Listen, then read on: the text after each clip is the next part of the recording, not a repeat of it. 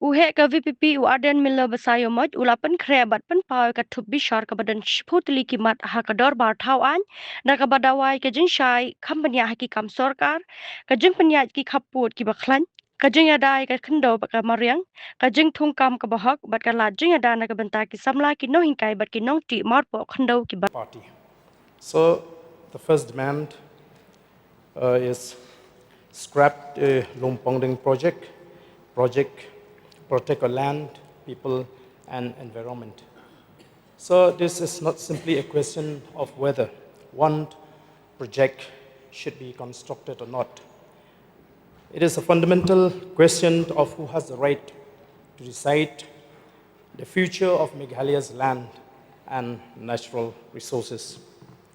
So no development project should be imposed upon the people without meaningful consultation, transparency, and consideration of its social and environmental consequences. Land in Meghalaya is not merely an economic commodity, as I used to say, sir. For indigenous communities, land is identity, livelihood, inheritance, and a connection with generations yet to come.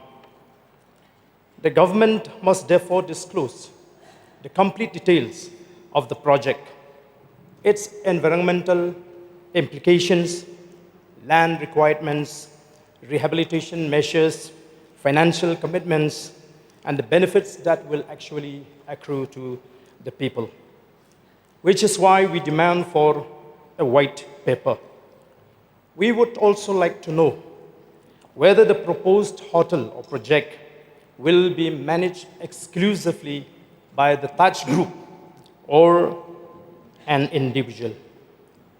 Because, sir, the talk is doing the round that an individual by the name of Badir Rai is actually the owner of the project. So I do not understand why the government is so beholden with this person.